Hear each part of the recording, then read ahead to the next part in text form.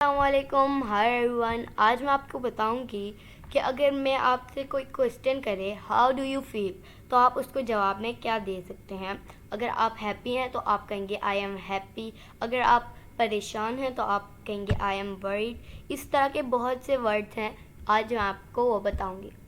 I feel worried, I feel happy, I feel disappointed, I feel angry, I feel glad.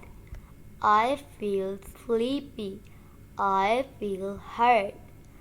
I feel calm. I feel sad. Calm का मतलब होता है पुरसकून। I feel she. I feel sorry. I feel excited. I feel proud. I feel excited. I feel tired. I feel sick.